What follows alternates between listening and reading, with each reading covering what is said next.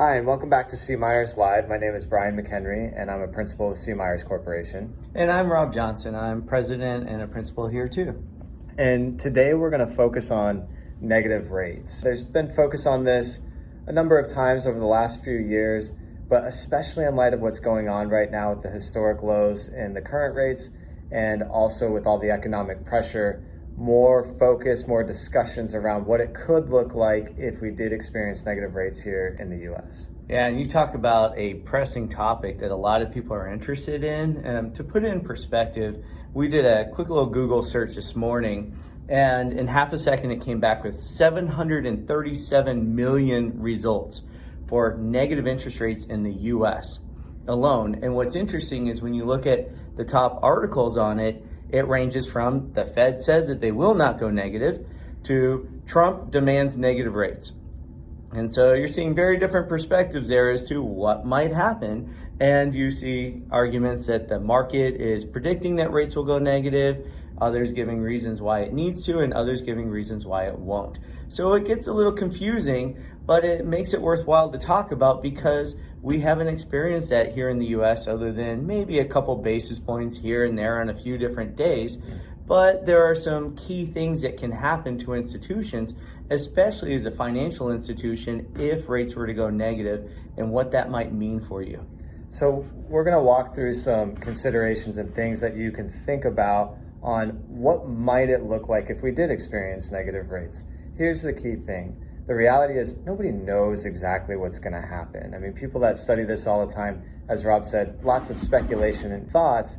Even Warren Buffett himself said he doesn't really know the answer on the implications of negative rates in the US. He did say they puzzle him, but they don't scare him. So even someone that is considered smart, knows this stuff, studies it, doesn't know. Having said that, it does help to think through those considerations so that if it does happen, you've at least thought it through and that can better position you to make some decisions. And what we can do is also look outside of the US to see what are some of the things and some of the impacts that could happen from negative rates. And in this case, as we go through today, we're going to look at Germany as an example for what did the German banks experience once negative rates happened over there. And that happened, as an aside, from a reference perspective, they started experiencing negative rates in about 2015. Yeah, and that was especially for their short-term rates were negative going in 2015. And at first, when people hear that concept, I think maybe we step back and at least answer a few questions on what does that look like? What does that actually mean to have negative rates? One, what it means is oftentimes any of the short-term investments that they're doing, and recently today you would see with their form of Fed and their safekeeping, is they're going to be paying about 50 basis points. That means to save your money, any money that currently you have in Fed funds that you're earning in the 0 to 25 basis point range, you would actually pay the other institution to safe keep it. What does that do and why do negative rates then come about? Why would a country work to have that happen? Is who wants to earn a negative rate? No one. So what it looks to do is encourage you to go out and invest in other opportunities, take additional risks that you might decide in other environments not to do, but, well, I could either lose money or I could go out and try lending out in this area, try pushing this investment. So that helps places get more creative, which the goal in doing that is to then spur the economy, make money flow easier to the consumer and to different businesses. So with that as a foundation, and again referencing Germany and what happened with German banks, Rob, what are some things that places would want to think through starting on the deposit side? Yeah, a lot of times people say, well, does that mean that all of a sudden I get to have negative rates on my deposit accounts? And technically you could, but that's not what you normally see. In fact, in Germany, their cost of funds as of the end of first quarter 2020 was about 12 basis points. So they were still paying some cost of funds, but it was essentially zero. Now, there are situations where different institutions will go ahead and charge negative rates to select members, maybe large balance investors that are looking to safe keep millions of dollars. And for them, they might look at that and say, If I turn around and just pay you zero for holding your millions of dollars safe, I have to turn around and pay 50 basis points if I'm just sitting on it. So that's costing me a lot of money, and you do start to see that pass through. But to the general consumer, you normally aren't seeing that happen. You're seeing that they are paying somewhere in the 0 to a few basis points for the deposits.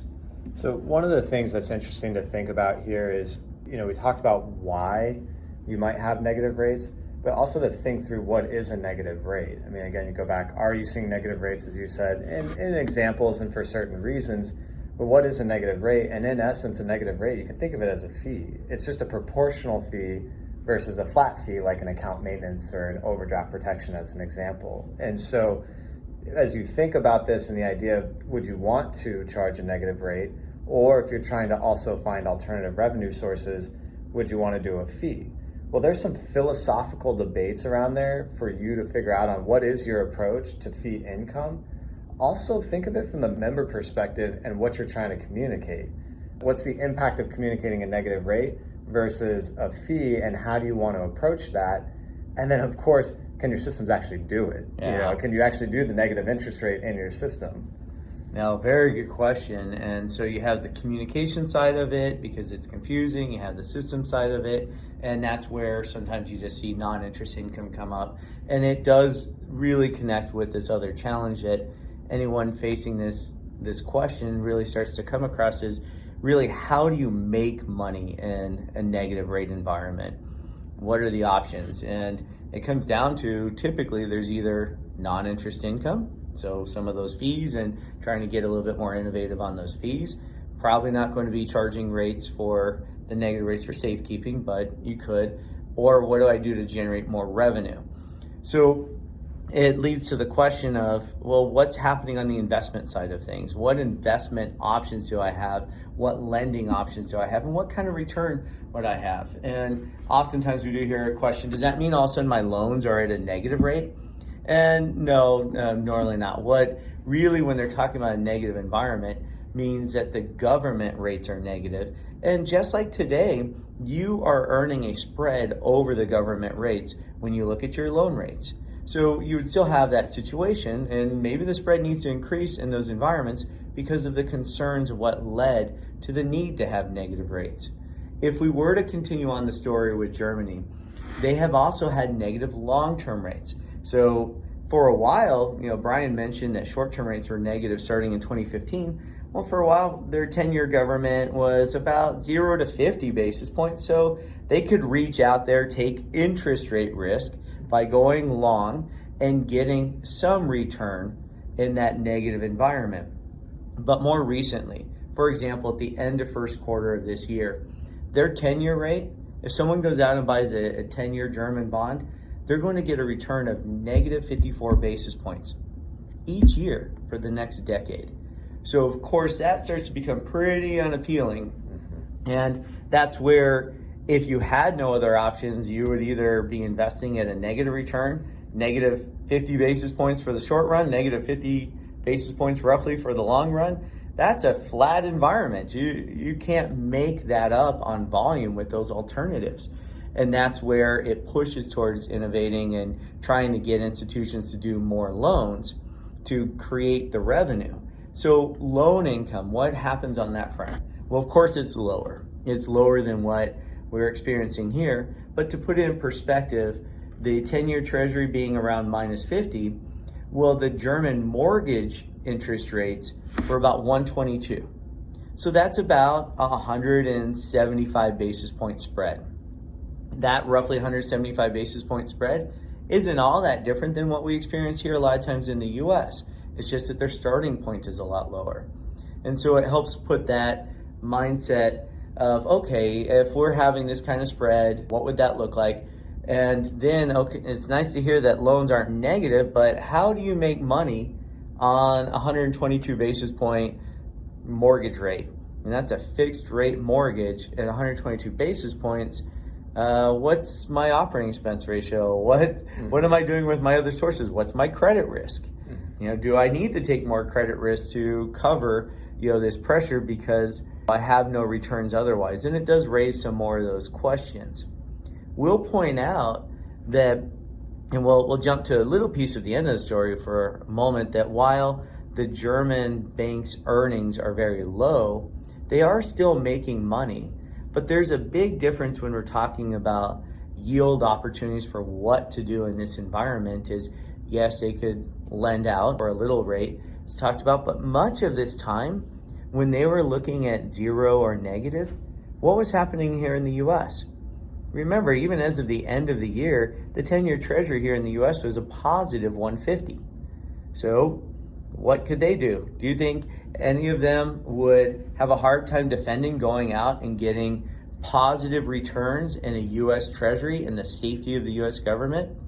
Of course not. That politically would be very easy for them to argue, so they were able to make money elsewhere. One of the challenges and why you see a difference on what about negative interest rates in the US is we aren't going to have that same kind of option. Sure, maybe there might be some positive rates in Portugal, but you're probably not going to take your excess funds and say, I'm going to safely go put my money out there. And especially as a credit union, you're not going to have those options. It's just illegal for you to go ahead and do that. Mm-hmm. So then you have to say, what are my sources of revenue in that environment? Which circles back to what you were saying earlier, Rob, on the loans. You have questions on credit risk, reaching for yield that way, or volume. If you're going to do lower credit risk, you try and do a lot more volume. That starts to then connect to the operating expenses, but we'll set that piece aside for the moment. Going back to our case study of Germany, you highlighted a major difference. They could invest in US treasuries. And when it comes to credit risk, one of the things that they actually saw, or you can see in the information in the data, is that credit risk actually looks like it declined at German banks because the non-performing loans, the amount of them, actually decreased through about 2018. So they weren't necessarily reaching for credit risk. But again, that points to that important difference, which is they also had the option to go into something that was safer with a pretty decent yield, even if their cost of funds was at 0 basis points. So that's a major difference there. What about, as you look at other opportunities within the loan portfolio, what are some things that places would want to think about for commercial real estate, for example? Yeah, talk about a really tough question as to where to make our money.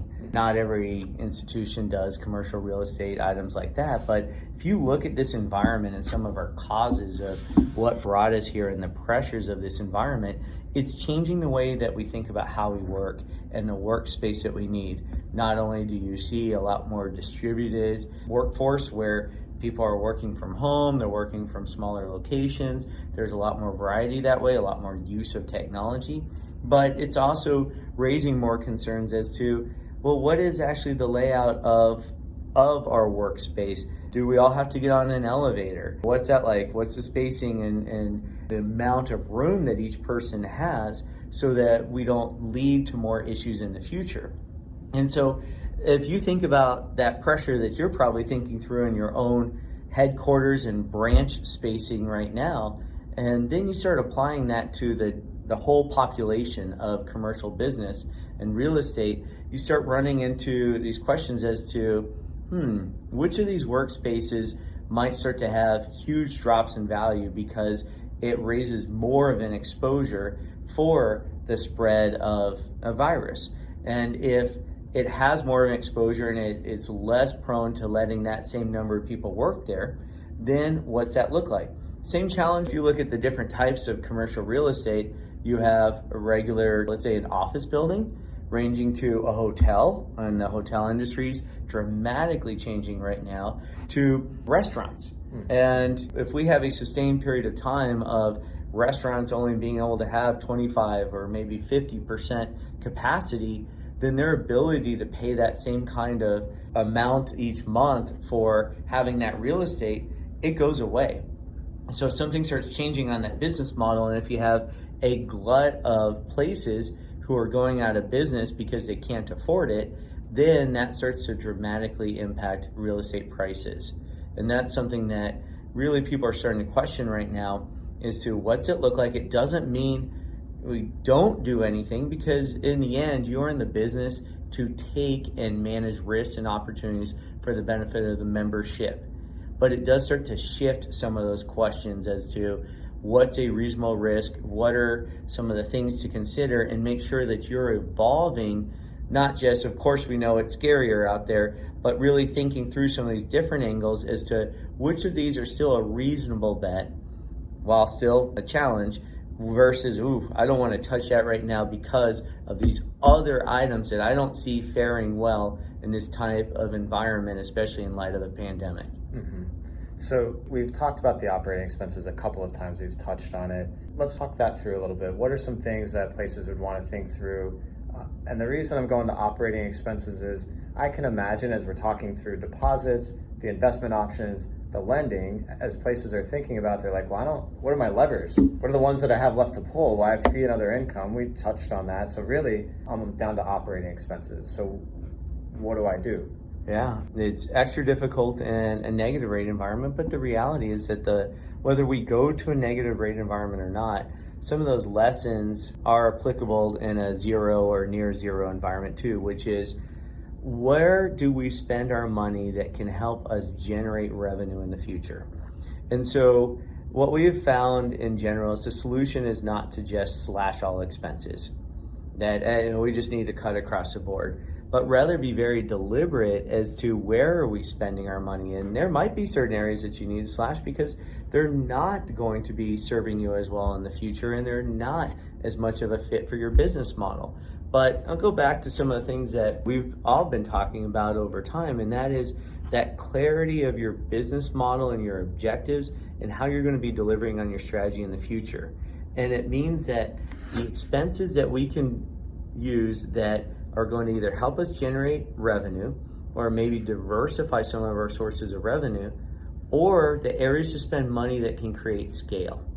That if we can get more scale on the amount of loans that we can produce for that same number of dollars, then those are the institutions that win in those more competitive environments because they've been able to produce a lot more loans and not have to have liquidity sitting there at a negative rate. And so the ability to deploy that money, then you can get more price competitive. So it's not about the lowest expense ratio wins, it's actually the most intentional expense ratio that still probably needs to have some pressure on being lower, be hard in a negative environment to have a high expense ratio and still make money. Yeah, the way I hear that is it connects with another message you were delivering, which is you're in the business of taking and managing risk.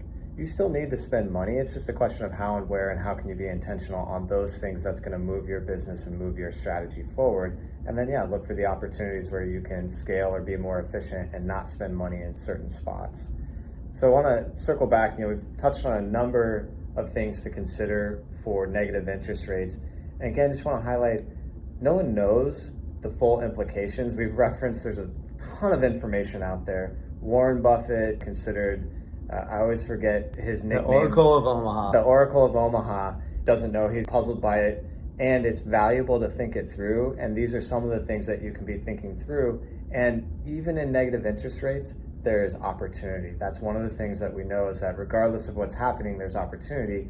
It just takes being intentional, focused, and methodical to think through how do you navigate and move forward, remain relevant in this particular environment. Agree 100%. Yeah.